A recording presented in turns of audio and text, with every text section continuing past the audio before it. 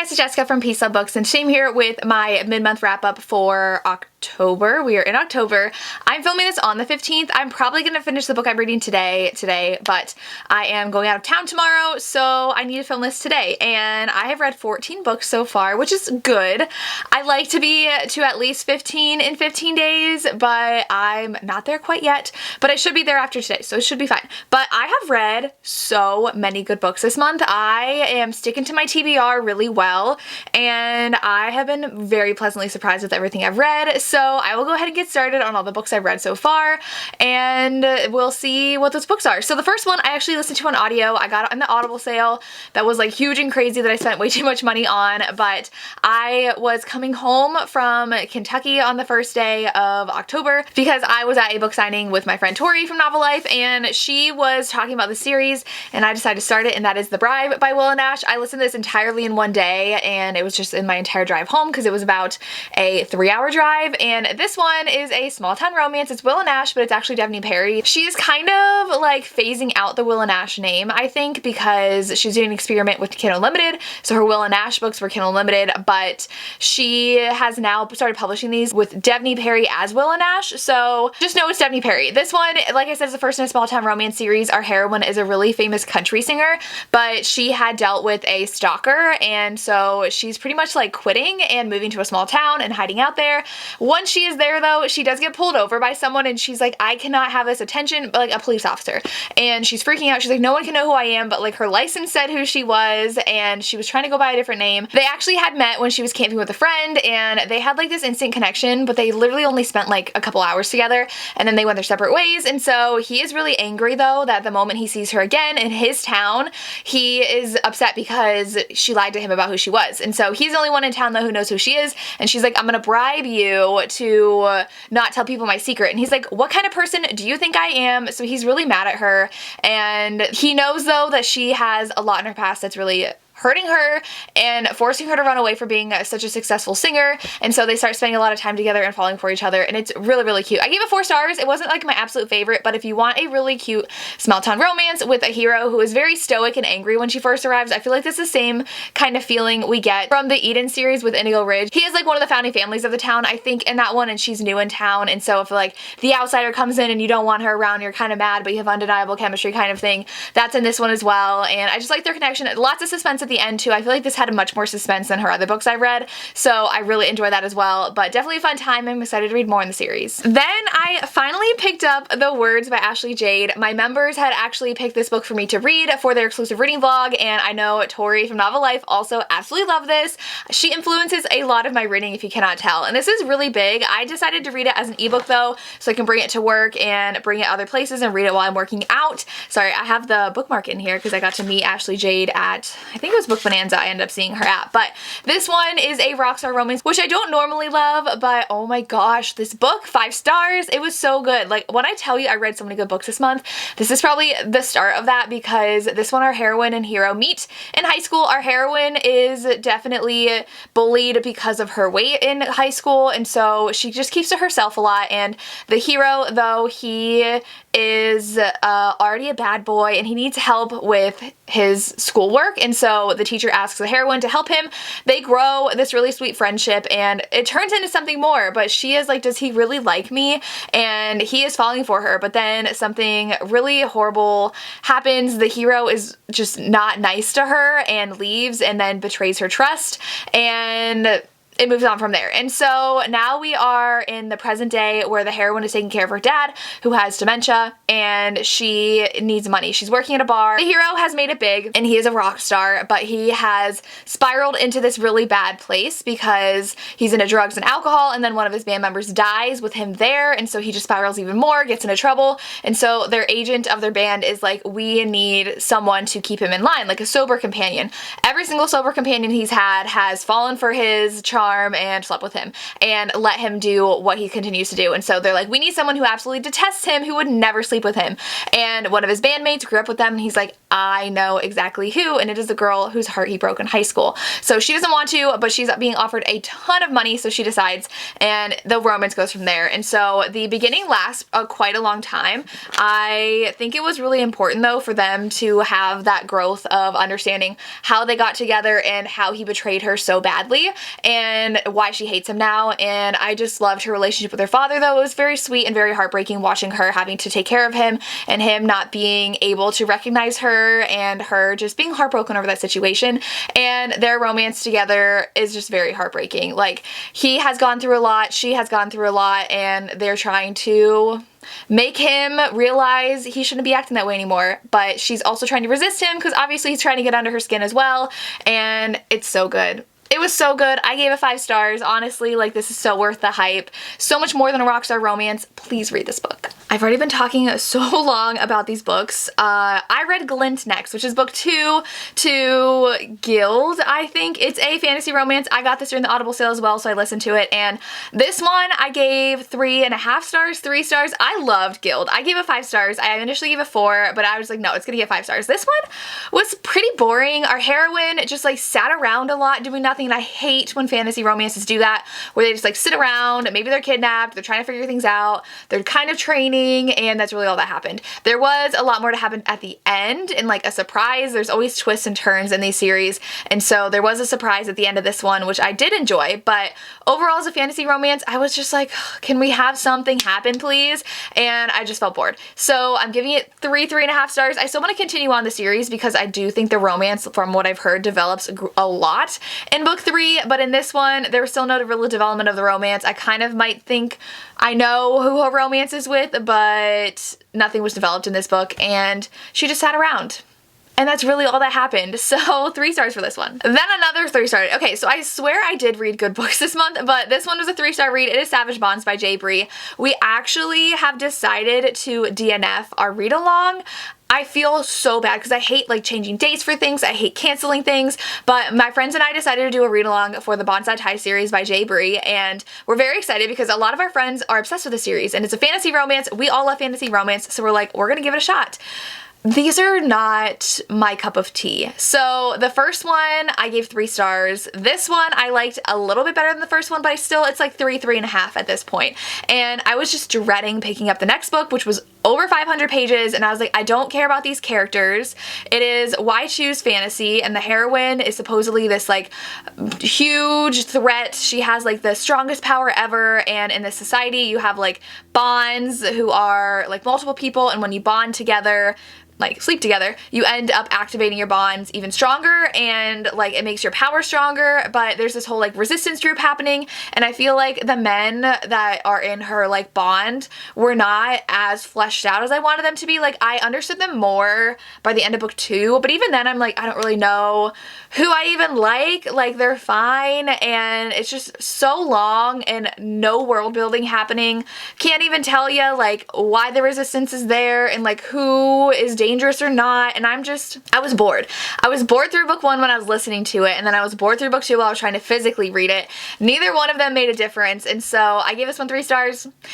I didn't hate it, but I still am like, I cannot do this for 4 more books. So all of us felt that way. I think that all of us gave it 3 stars so far, and 2 of us read book 3 already and didn't like it. So we're DNFing the series, which means we're DNFing the read along. So I'm sorry if you were participating in the read along, but none of us liked the series and we gave up. Then I listened to the audiobook of Drowning Aaron by Elizabeth O'Rourke. I give this one 4 stars. This one's really angsty. So this is book 2 to Waking Olivia. This is Aaron, who's Olivia's friend, but it's like after Olivia and Will have gotten together, and in this one she is dating someone, and he is oftentimes working too much, and he goes on these trips abroad, and he leaves her alone a lot, and they're kind of in a rocky relationship where they've been engaged for a few years now, and she has still not planned the wedding because she just like can't, because obviously she like feels like their relationship isn't there yet, but she doesn't tell anybody that, and she's always kind of had a thing for his friend. And so we get flashbacks between the past and the present, which I didn't necessarily love how this worked out, because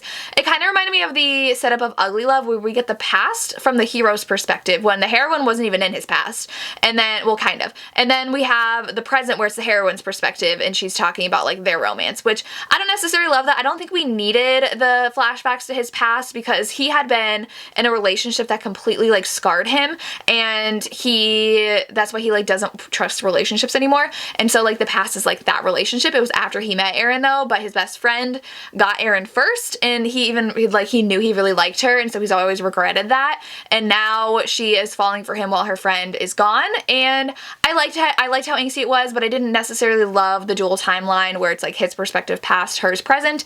I don't think we needed that past one. And I did enjoy though the like, oh, I let my best friend get you first, but I really wanted you. I love that trope, so that's why I really did end up enjoying this. But I give it 4 stars because just the pacing of the 2 timelines wasn't my favorite, but overall I really liked it. It was a little predictable of some things that would happen, especially with her boyfriend, but overall it was really good. Fun from Elizabeth O'Rourke. Then I read Thy Kingdom Come by Monica James. This one is a dark romance. I actually started it a long time ago and I read the prologue, so I like re-listened to it. I got the audio from my library. They actually had this. I've been meaning to read this series. I love Monica James, and this one's very dark. So the hero, okay, so I don't know what I want to rate this because the hero went through something horrific in his past. He watched his mother get murdered, and so now he is still part of the mafia. I want to say it's because of his dad. There was a lot in here that was very hard to follow because there's like so many families and these people, and so I think I'm gonna just like 3.5, but round it up to 4. I did enjoy the romance. So our hero, he is part of the mafia and he's trying to track down the people who killed his mom, and the heroine is inserting herself into his life for a specific reason. So I can't really spoil anything else beyond that, but he is definitely very intrigued by her. I think that the other plot of his mom's murder and like all this mafia stuff and like all these families and like his family overshadowed the romance. So I didn't love the romance as much because I was trying to just like process all this other stuff, and I thought it was a little bit too much. So it was a dark romance and I did enjoy the romance, but in the end I had a really hard time following. I feel like I had to write out like family trees and like diagram everything because it was just hard to follow, like I said. So 3.5 stars. I wanted the romance to be a little bit more. I did like the trope that it uses for the romance. I don't want to spoil anything, but I do like that, but we aren't told enough, I feel like. I wanted a little bit more. So I do think we're going to be told more though in the next book because it is, I think, a trilogy, but I don't know if I'll continue on. I haven't decided yet. Then I started my reading vlog. All of these I read in the past week. So I have been reading a lot this past week. So this reading vlog was for reading new releases. So I always get this title wrong. It is Heartless by Elsie Silver. This is the start of my like immediate 5-star read. I read so many in a row that I absolutely loved. This one is a single dad, grumpy hero, small town. He owns a farm, he's on horses for some of this, nanny romance, and it is amazing. Age gap romance, like literally every single trope I love was shoved in this book. We have amazing banter. Our heroine's really rich. Her family is always off doing their own thing, and she was supposed to be in like a horse competition because she's a professional horse rider, equestrian, I don't know what you would call her. Anyways, her horse got injured, so she's kind of free for the summer, and her best friend is like, hey, my fiance's brother is in need of a nanny, and he's being super particular and mean and grump, and he won't accept anybody, so like come be the nanny. And she's like, why not? I get to hang out with my best friend. So she decides to go to the small town and shows up, and they have a hilarious meet cute, and the hero is like immediately no when he sees her, and the best friend that was like, too bad this is happening. And so she ends up being the nanny, and it is so cute. I loved her relationship with his son. Their banter was hilarious. I loved all the side characters. Loved his dad. Oh my gosh, his dad's one of my favorite characters, both in book 1 and in this book. Flawless was a 5-star read. This one's a 5-star read. Probably gonna be in the top of the year for me because these books are just so good. Such good chemistry between the characters, steamy times between the characters. I was obsessed. I love this series so much. Highly recommend checking them out. Perfect small town romances, perfect grumpy heroes, like everything about this was perfect. Then for that reading vlog, I picked up Fractured Sky by Catherine Cowles. I love Catherine so much. This one is book 5 in the Tattered and Torn series. I definitely recommend reading it in order because Shiloh is a character you see through the entire series, and this has really been like culminating to this point because Shiloh was kidnapped when she was young. Her brother's in book 1, her sister's in book 2, and then we get other characters that were affected by her disappearance and then like finding her, and so it is her romance. She is a very closed off person though. She doesn't like people to touch her. She doesn't like to talk about emotions. She just likes to spend time with her horse, and there was so much horse content in here. I don't even know what to call it, but like she loved her horse. The hero Ramsey actually rehabilitates really damaged horses, so horses that have been abused and starved and just in horrible conditions. People bring them to him. Shiloh is tired of being just smothered by her family and constantly feeling like she's being like watched and checked and judged, and so Ramsey and her have been kind of hanging out. She just goes and rides her horse to his land and like watches him work, and they start talking, and he's like, you should move out. And he's like, I have an extra place, you can help me with my horses, I'll pay you, and you can live on my property. And so she accepts. They have the sweetest slow burn romance. He has a very damaged past too, and it was really just amazing watching them be able to overcome both of their traumas together and be very patient with one another and open up to one another and be patient. Like I said, it was just a very, very emotional, endearing romance that was painful but heartwarming at the same time. I gave it 5 stars. It is very slow burn though, so I think I appreciate it more because I knew Shiloh's character and I was waiting for her book the whole time. Ramsey was a perfect hero. I love this book. Then I listened to the audiobook of A Stranger in My Arms by Lisa Kleypas. People have been telling me to read this, but I heard a lot of people don't like it, so I was very hesitant. I finally got into it. This one's the original cover though. One of my favorite setbacks ever, and this one is the heroine's husband was presumed dead, and so I forget, I don't think he's a duke. Is he an earl? He's an earl. So other people have come in to take the title, and she's just kind of living there. She didn't really like her husband. She has never been able to get pregnant, and so her husband wasn't very nice. He wasn't like abusive or anything, but he never made sure like she felt pleasure in situations. He never felt like she was taken care of. I'm gonna put this down. I'll put the picture up here. What happens is her husband shows up and they're like, he's alive. And so he comes back. He looks like her husband, but she's like, he is not acting like my husband. He is very, very patient and caring and endearing and passionate and not at all the man I've been married to for how many years. And so she starts falling in love with him, and it goes from there, and everyone's like, this is not him. The people who had hair to the title were like, no, like we get the title, like what are you talking about? And he's like, no, I'm back, like I'm taking my place back.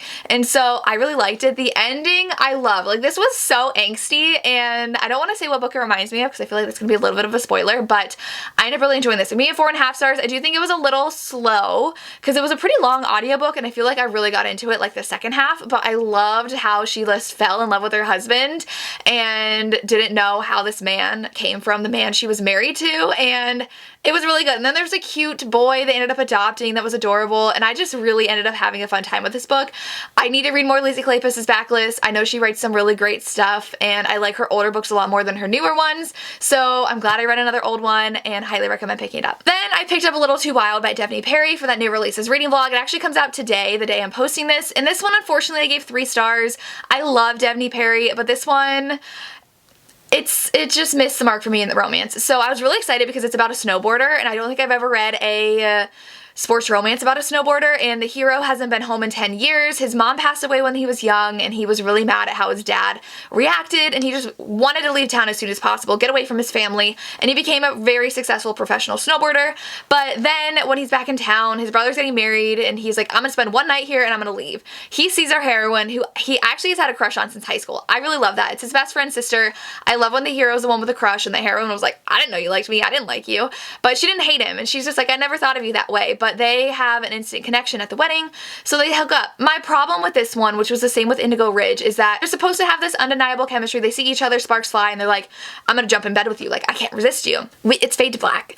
This first romance scene between them is pretty much like a paragraph, and then they're like, and then we spent the rest of the night and it was amazing and I will never forget it. And I was like, so we don't get to see the culmination of this passion and chemistry between you two? And then it was like, oh, and then I decided to stay for a week, and a week passed, and I'm like, where did this come from? Like, it felt the pacing was very off for me, especially in the establishment of their relationship. So I didn't feel that like all-consuming connection between them like I really wanted to, and that's what really drove the hero's actions for the rest of the book. So I felt like that connection was missing for me, and I feel like her brother's plotline was pretty cliche. It was a really quick book. It was less than 300 pages, and I just feel like it didn't have the depth I wanted to from Daphne Perry, which I get from a lot of her books, so I was disappointed. I gave it 3 stars. I love the atmosphere. I love that it was on like the ski resort and the hero was trying to make amends with his family, but the romance just did not do it for me. Another one that didn't do it for me, I swear, this one, it was A Season for Second Chances. I made a TikTok about it. I was so annoyed. So look at the cover. There is snow on the ground and there are snowflakes falling. If you're gonna have a book that has snowflakes on the cover, do not set it in the fall. And people on my TikTok were like, well, it does snow here in October. I'm like, I don't care. You don't make a book with a snowy cover and set it in fall. Like, that is so misleading. And this author, I read another one of her actual Christmas romances and I really liked it. I really enjoyed the 12 Days of Christmas last year, so I was like, I'm gonna love this. It was definitely women's fiction. The romance came in at the end and it was cute, but this one I gave 3 stars because I wanted Christmas and it didn't have Christmas until the last like 15%. So the heroine, she's like in her 40s. She had kids really young, so her kids are all adults now and her husband's cheating on her. He's been cheating on her. She finally catches him in the act again and she's finally like, I am done with you. And she moves and she gets this like seaside cottage and it's from this woman who's pretty old and they are planning on selling the cottage in a couple months and the son is the one who wants to sell it. And so it's her romance with someone. The hero doesn't come in though for like halfway through the book, so it's just mostly the heroine's journey of recovering from being constantly cheated on and trying to start her own life, not taking her husband back, opening up this adorable little cafe. It wasn't a bad book, but I was just very mad about the marketing of this book that it made me like it less. Like, I enjoyed it. And the ending, like, it dealt with someone they thought died. I feel like the heroine went through trauma thinking like this person really close to her was missing and they thought that he died, and I was like, this is not a warm, cozy Christmas romance whatsoever. So it wasn't bad, but it's definitely women's fiction. The romance like did not do anything for me, and so that's why I give it 3 stars. I really did like the small town feel. I liked the people coming together and really liking this community that they built, but overall I was just a little disappointed, if you can't tell. Probably my favorite book of the month. Such a shock. Devil of Dublin by B.B. Easton. I love B.B. Easton, but I don't think you can really put her in a specific subgenre of romance. She wrote the 44 Chapters About 4 Men series, which became Sex Life on Netflix. I read 44 Chapters About 4 Men. It was fun. I didn't read the rest of the series. It's like autobiographical, kind of about like her past relationships. Then I read the Praying for Rain series and I loved it, and that's like post-apocalyptic. And then she wrote like Group Therapy, which I didn't pick up, and then she wrote this. I saw Christi from Christi Reads a Lot read it, and she loved it. And then I saw Tiff from Tiff Talk Pages reading it, and she was raving about it. And I was like, all right, I'm gonna pick this up. I got it sent from a PR company. It was so good. Like, I still cannot stop thinking about this book. So it starts out when the hero and heroine meet when they're children. She comes to Ireland once a year to visit her grandpa. She first came to visit her grandma's funeral, and then her family decides to come every year. She goes into the woods. It's very like magical, whimsy, like fairies everywhere playing pretend, and she meets a boy there, and the boy is very dark and damaged, and she's not afraid of him though. People are like, he's born from the devil, stay away from him, but she sees him and she likes him. So they meet every year. He has a very, very, very damaged past. This is a very dark romance. The heroine ends up going through a very dark moment in her life because she never returns for 10 years because her life is drastically changed and they both have horrible things happen to them. She returns for her grandfather's funeral 10 years later and is saved from a situation from the hero. He wasn't gonna see her, he was gonna stay away. He is now known as the Devil of Dublin because he is in the mafia. Well, he works for like the Irish mob mafia. He kind of like fell into it and now he just has this reputation and he is really good at what he does. And so they have to fight to be together. They have to fight their own demons to be together and open up to each other, and it was just so emotionally raw and a little bit of suspense because they do have to fight bad guys to be together, and I loved it. I literally started tearing up at the end. It takes a lot for a book to make me cry, and it was amazing. I loved it. It's very dark, very horrible things happen, and I really love the author's note at the end about what inspired her to write this book, and I think it was amazing. Highly recommend picking it up if you like dark romances. Please read it. Then I finished the audiobook of To Catch a Raven by Beverly Jenkins. This one I gave 3 stars. I don't think Beverly Jenkins' new stuff is necessarily for me. I was really excited because the heroine is a thief, and so she, like, kind of like an undercover spy kind of thing. She starts out stealing jewels from someone, and that's what the beginning was about, but then someone confronts her and is like, I want you to pose as this guy's wife and steal back a stolen copy of the Declaration of Independence. And so she kind of doesn't have a choice to. She doesn't really like the hero, and they don't get along, but like halfway through the book, they end up getting along and getting together, and like they have an established romance for like half the book. And I listened to this on audio. I was kind of bored. I feel like there was this whole heist that was supposed to happen, and then it ended up being kind of boring, kind of lackluster. they did stuff, things went their way, they figured it out, and they were just in love. And I was like, this is kind of boring. So I ended up being pretty bored by this. I gave it 3 stars. I was more bored than not, which makes me sad, but I just need to go back and read her backlist because I love her older books. And the last book I finished this morning, and I'm obsessed, and that is Close Quarters by Steiner.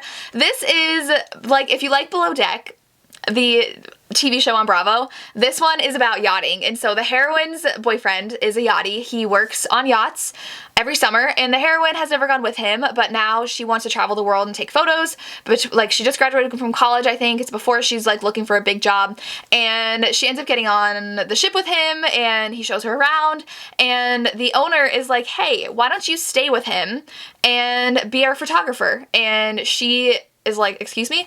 And they're like, yeah, it's such a great idea. Well, she ends up being really attracted to the owner of the yacht. He's this hot billionaire in his 30s. She's like 20, 21. And they end up having this insane chemistry with one another. And her boyfriend's like not a terrible guy, like until the end. It's just like they don't have a real passionate romance. Like, she's kind of settled, she's just lets him do what he wants, and she's not at all attracted to the kind of guy he is on the yacht. He works and he parties, and that's all he does, and she's not into the party scene, so she has to stay home a lot, like stay in their room on the yacht a lot, not go out, and ends up spending a lot more time with the owner, Theo. And Theo sees her like no one else ever has, and she is exploring her photography career. It's super angsty. There is cheating in here. I was totally fine with it. I loved it. I'm giving it 4.5 stars. I think the ending got a little bit out there, but overall, I really loved it. I had such a fun time reading this. Gave me the angst that I love from Steiner, and I was obsessed. I wanted them to be together. I was like, the longing looks. It was definitely a slow burn romance, and I really enjoyed it. And those are all the books that I read in the first half of October. Let me know if you've read any of these and what your thoughts were, or what you've read so far this month. I would love to hear. As always, thank you so much for watching, and have a good day. Bye.